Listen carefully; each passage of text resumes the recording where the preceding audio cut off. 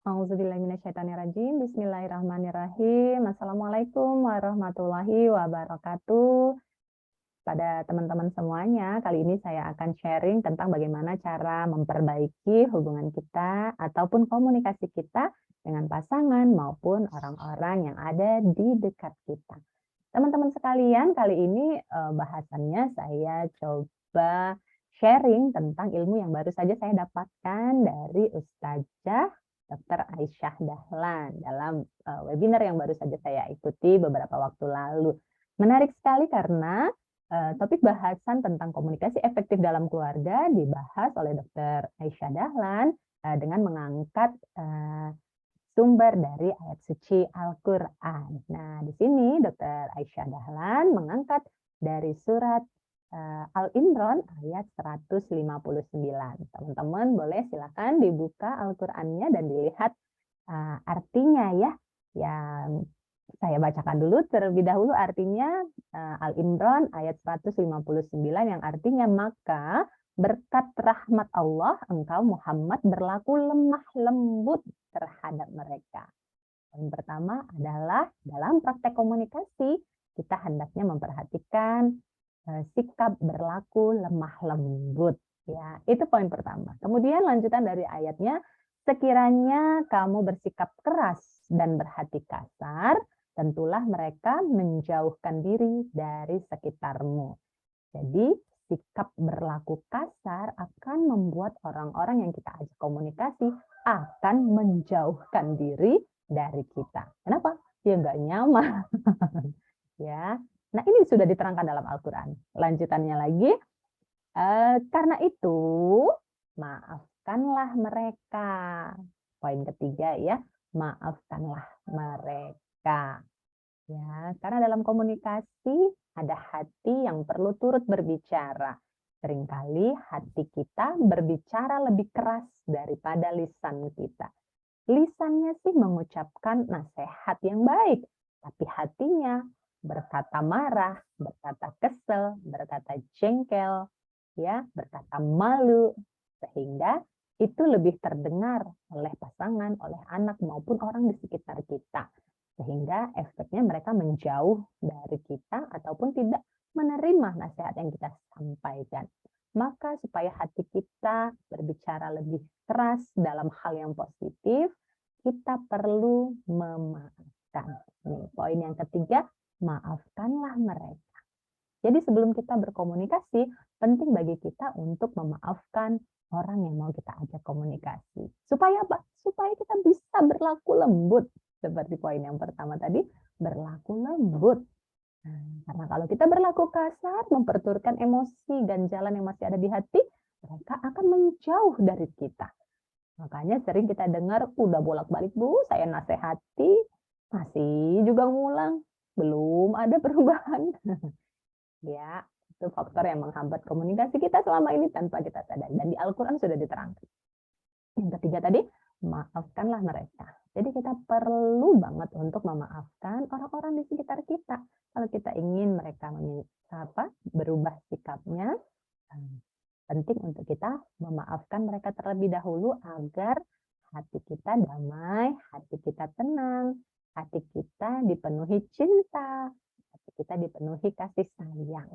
Sehingga perkataan dari hati ini lebih meresap, lebih tertancap, lebih terdengar, bahkan sebelum kita berbicara oleh orang-orang yang hendak kita ajak komunikasi.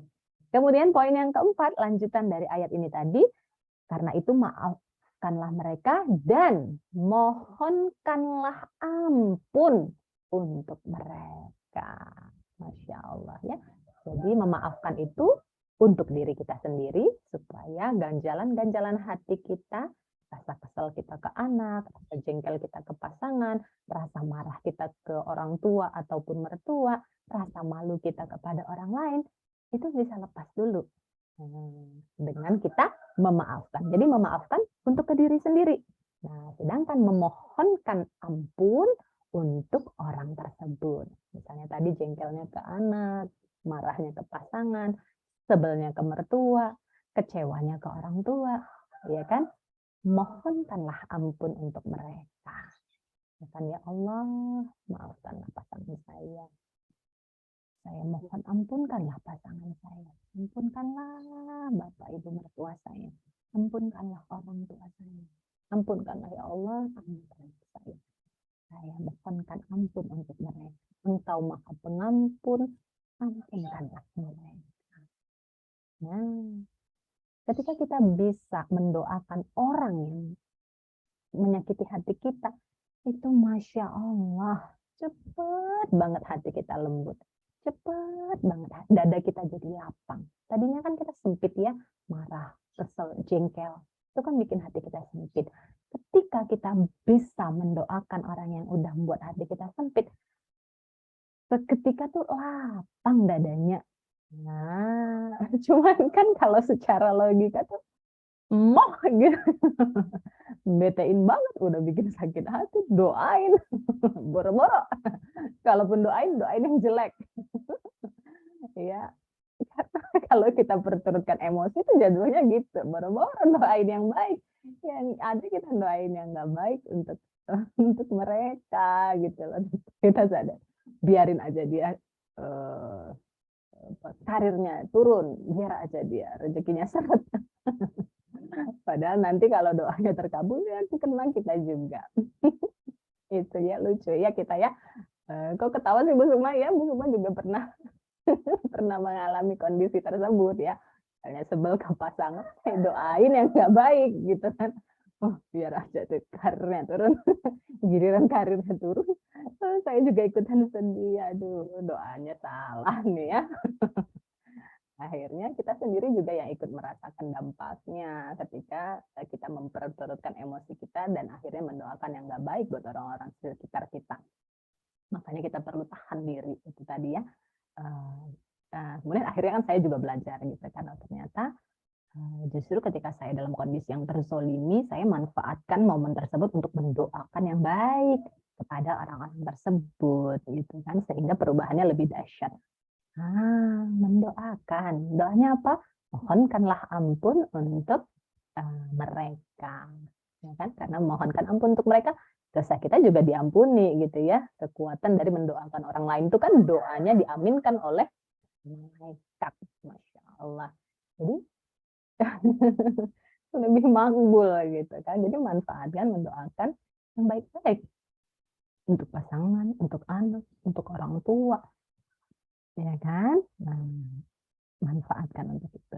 Ya, jadi ketika kita ingin komunikasi kita semakin baik dengan orang sekitar, berlaku lemah lembut, kemudian memaafkan, dan kemudian memohonkan ampun untuk mereka. Lanjutannya ya, karena itu maafkanlah mereka dan mohonkanlah ampun untuk mereka.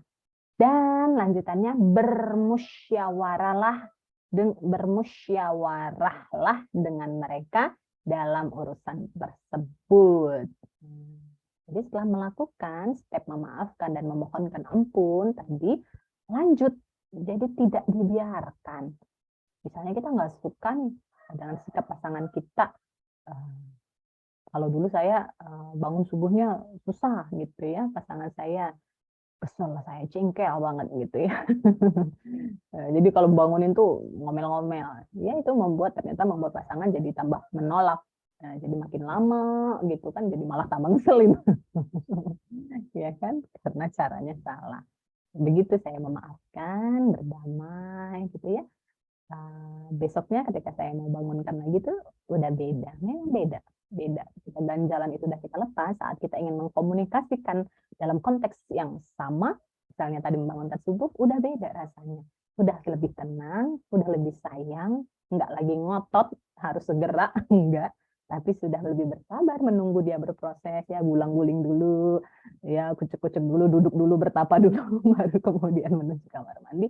Sudah lebih tenang, sudah lebih sabar. Jadi enak, hubungannya jadi enak gitu. Komunikasinya jadi bagus gitu ya dibanding sebelumnya ketika belum berdamai dengan rasa jengkel di hati.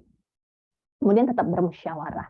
Nah, kenapa kok bermusyawarah jadi poin berikutnya?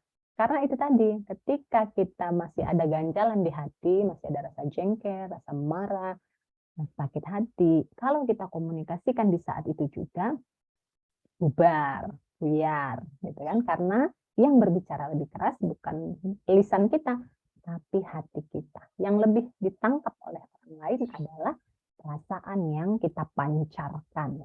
Ya, kata-katanya bisa jadi sama, nasihatnya bisa jadi sama, tapi rasanya penerimaannya beda. Karena emosinya yang lebih kuat berbicara. Makanya kemarin ada konseling orang tua, datang gitu ya, "Bu, sebenarnya pesan yang Ibu sampaikan ke anak saya sama kok Bu, semuanya itu ya sudah saya sampaikan juga ke dia." Tapi malah dia malah ngomel kalau saya yang nyampaikan, ya nasehatin, sama busuk mah enggak. Kenapa ya Bu? Nah itu sebabnya, karena emosi kita yang ikut berbicara. Emosi kita kesel, nih anak, gitu ya, udah ada kesel. Jadi yang ditangkap anak rasa keselnya kita, sehingga dia menolak. Tadi kan udah dijelasin, dia menolak, menjauh, ya. Karena emosi kita saat itu sedang kesel juga, sedang jengkel juga, sedang marah juga ke anak kita. Jadi meskipun pesannya sama, penerimaannya beda. Gitu ya. Nah, kemudian setelah kita tenang, baru kita ajak bermusyawarah. Ajak ngobrol, "Pak, Mas, ya, nah, Umi seneng deh kalau Ayah, bisa sholat bareng sama Umi, berjamaah sama anak-anak. Ya, apa yang kita ingin sampaikan? Nah, besok ulang tahun Umi, kita beli kado bareng ya. Ya, apa, sampaikan pesannya atau sebutkan ke anak misalnya, ya, Nak, kalau pagi bantuin Umi ya, bersih-bersih. Atau kalau Umi lagi kerja keluar, rumahnya dirapiin, jadi nanti Umi pulang, sudah rapi, bersih." Disampaikan, dikomunikasikan apa yang menjadi harapan kita, apa yang menjadi keinginan kita sampaikan dengan tenang hati. Ya kan? Jadi bukan berarti ketika ada masalah diterima lalu dibiarkan, enggak, gitu. Tapi perlu kita kenali dulu emosi kita damaikan dulu perasaan kita, lalu ketika kita udah tenang, kita lihat pasangan ataupun anak kita juga udah tenang, komunikasikan, bermusyawarah. Ya, misalnya saya punya klien, pasangannya misalnya punya candu, ya, kecanduan game, atau kemudian ada yang juga kecanduan pornografi, gitu kan. Lalu disampaikan gitu, "Ayah, ya disampaikan harapannya, Bunda pengen kita bisa saling menjaga hati kita, saling menjaga pandangan kita, karena apa yang kita lihat, apa yang kita dengar, apa yang kita perbuat akan kembali pada diri kita. Nah, kalau kita melihat melakukan perbuatan yang sia-sia, itu juga bisa merusak hati kita, merusak keberkahan rumah tangga kita. Nah, Bunda pengen kita bisa saling mengingatkan. Bunda inginnya ya meninggalkan, ya kalau itu pornografi berarti ditinggalkan, kalau misalnya game dibatasi, sehingga kita bisa manfaatkan waktu dengan lebih banyak bersama anak-anak ataupun couple time bersama. Nah, itu bisa disampaikan harapannya, keinginannya kepada pasangan. Ya. Jadi tetap perlu dikomunikasikan apa yang kita harapkan, apa yang kita inginkan dari orang tersebut. Lalu kemudian setelah bermusyawarah dengan mereka dalam urusan tersebut, kemudian tadi udah 4 ya, berlaku lemah lembut, memaafkan, memohonkan ampun, kemudian bermusyawarah. Kemudian apabila engkau telah membulatkan tekad, kelima, membulatkan tekad, sudah bermusyawarah, sudah dibulatkan tekadnya masing-masing, ya kan? Sudah disampaikan harapannya, sudah dibulatkan tekadnya, janji, gitu ya, sungguh-sungguh ya, sungguh-sungguh, ya kan? Kerjasama ya, damai ya. Selanjutnya setelah dibulatkan tekad, dilanjutkan dalam ayat tersebut, maka bertawakallah kepada Allah. Yang keenam, bertawakal. Pasrahin untuk masa depan, pasrahin, nggak bisa kita kendalikan ya. Udah kita sampaikan, sudah. ikhtiar dalam diri kita sudah, gitu kan, sudah kita doakan sudah kita maafkan sudah, kita berlemah lembut sudah, caranya sudah benar sudah, maka selanjutnya bertawakallah. Supaya apa? Supaya tenang. Kalau nggak ditawakal, itu yang buat overthinking. Nanti kalau dia di luar gimana ya Bu? Mana bisa saya tengok-tengok anak saya? Mana bisa saya kontrol suami saya di luar? Tawakal. Pasrahin. Allah Maha melihat, Allah Maha menjaga. Pasrahin ke Allah. Wong di samping kita juga nggak bisa kita jaga, konon jauh. Pasrahin. Ya kan? Ini yang akan membuat hati kita tenang. Saya udah usahakan, saya udah komunikasikan, apalagi coba. Selebihnya pasrahkan, bertawakal sepenuhnya kepada Allah. Itu yang akan kemudian membuat hati kita jadi tenang. Tambahkan boleh, Umi, Abi, Ayah, Mas, saya percaya pada kamu. Saya yakin kamu bisa menjaga dirimu, menjaga hatimu, menjaga pandanganmu, menjaga pendengaranmu. Mudah-mudahan Allah menjaga, melindungi hatimu, melindungi pandanganmu, menjaga kamu dalam kebaikan, dijauhkan dari orang-orang yang ingin dilindungi, dimudahkan dalam segala urusan. Ini percaya sama ayah, ini yakin ayah juga akan menjaga kepercayaan ini. Nah, itu ya, mempercayakan. Bu, nanti kalau dia di luar ulang lagi atau buat salah lagi,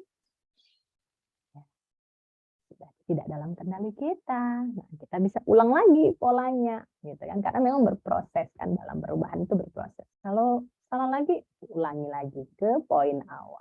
Maafkan lagi, mohonkan ampun lagi, berserah diri lagi, ya kan? Nah, supaya ya memang begitu kehidupan ya kan. Jadi tetap diulang lagi, ya kan? Namanya menasehati kan tidak bisa sekali 2 kali perubahan itu, ya kan, tetap berproses. Tapi dengan seiring kita rutin membersihkan hati, memaafkan, memohonkan ampun, semakin bertawakal sepenuhnya, maka insya Allah itu perubahannya akan jauh lebih cepat daripada yang kita kira. Nah, gitu ya. Nah, itu. Jadi kemudian bertawakallah. Nah, kalau enggak kita jadi parno, ketakutan terus gitu.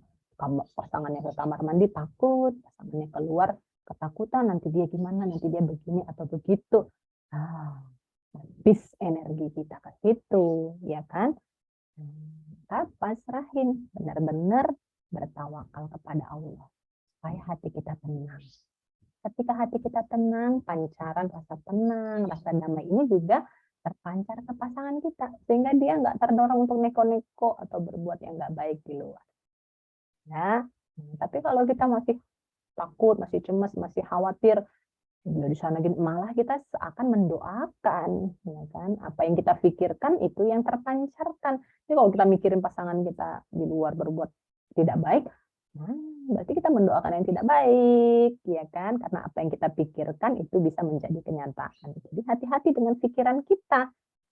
Maka pasrahin, ya Allah, saya pasrahkan padamu, jaga pandangannya, jaga penglihatannya, jaga perbuatannya, lindungi dia, jauhkan dari orang-orang yang jahat. Pasrahin. Hati kita tenang, pasangan kita pun merasakan ketenangan di sana. Kalau enggak, kita nanti jadi perilakunya jadi nggak enak gitu lah, jadi teror. Lagi ngapain? Ini nggak dibalas SMS-nya, tanya terus berpeluang, nggak nyaman pasangan kita, ya kan? Malah jadi kesel, malah jadi berbuat salah nanti, ya. Nah, itu yang perlu diperhatikan. Lanjutannya lagi, sungguh Allah mencintai orang yang bertawakal. Dengan bertawakal aja tuh Allah udah jatuh cinta sama kita, ya. Allah cinta sama orang yang bertawakal. Kenapa?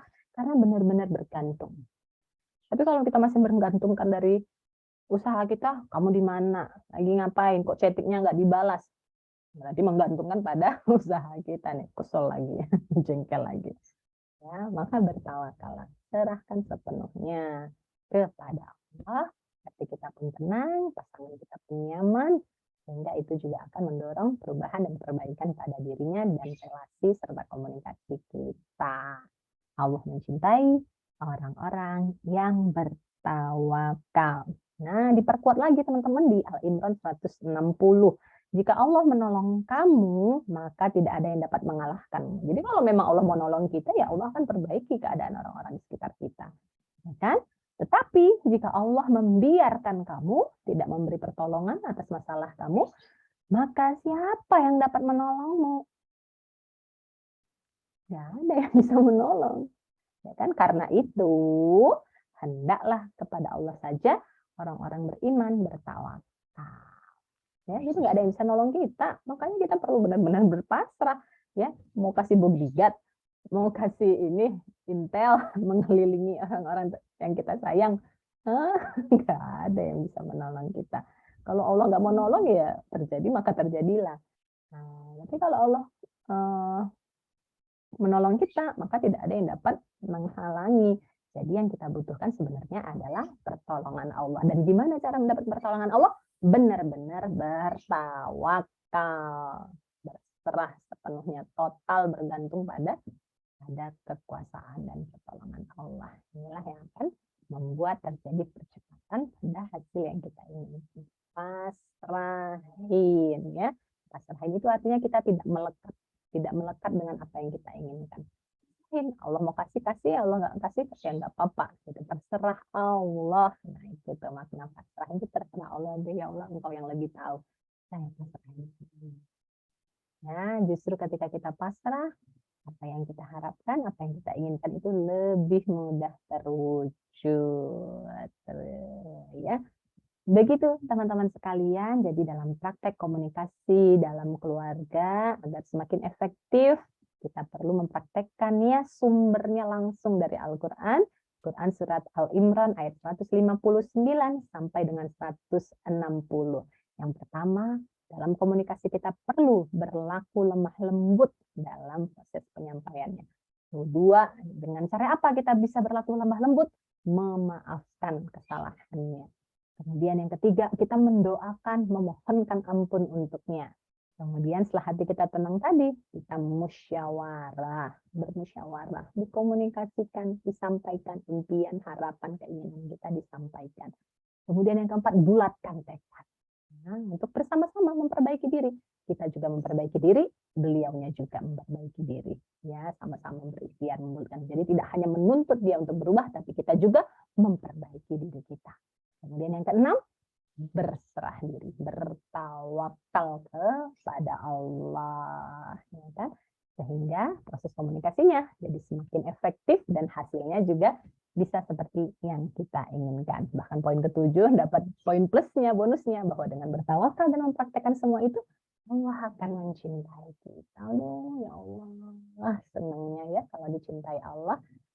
Allah akan kasih pertolongan. Di lanjutannya tadi ya 160, nama Allah memberi pertolongan padamu, siapa yang bisa menghalangi? Nah, ya kan, Masya Allah, dapat pertolongan Allah, dapat cinta Allah, dan masalahnya pun terselesaikan. Masya Allah. Terima kasih Dr. Aisyah Dahlan ya, yang sudah memberikan inspirasi banget buat saya ya. Apalagi dikutip dari Al-Quran, jadi luar biasa banget ilmunya ini ya. Semoga kita bisa mempraktekannya ya, mempraktekannya dalam kehidupan kita sehari-hari. Terima kasih ya untuk teman-teman yang sudah menyaksikan video ini. Silahkan boleh tuliskan di kolom komentar ya, apa inspirasi yang teman-teman dapatkan, apa masukan dari teman-teman untuk video berikutnya.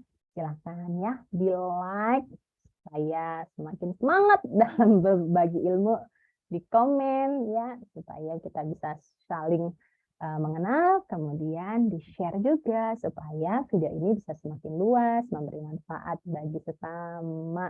Ya, jadi kalau kita dapat ilmu, jangan cuma untuk diri kita sendiri, boleh di-sharing dan dibagikan lagi. Seperti tadi ya, saya dapatkan inspirasi dari Dr. Aisyah Dahlan, saya sampaikan lagi kepada teman-teman supaya semakin besar manfaatnya, mengingatkan buat diri saya sendiri dan juga bermanfaat buat teman-teman, kita praktekkan bersama-sama.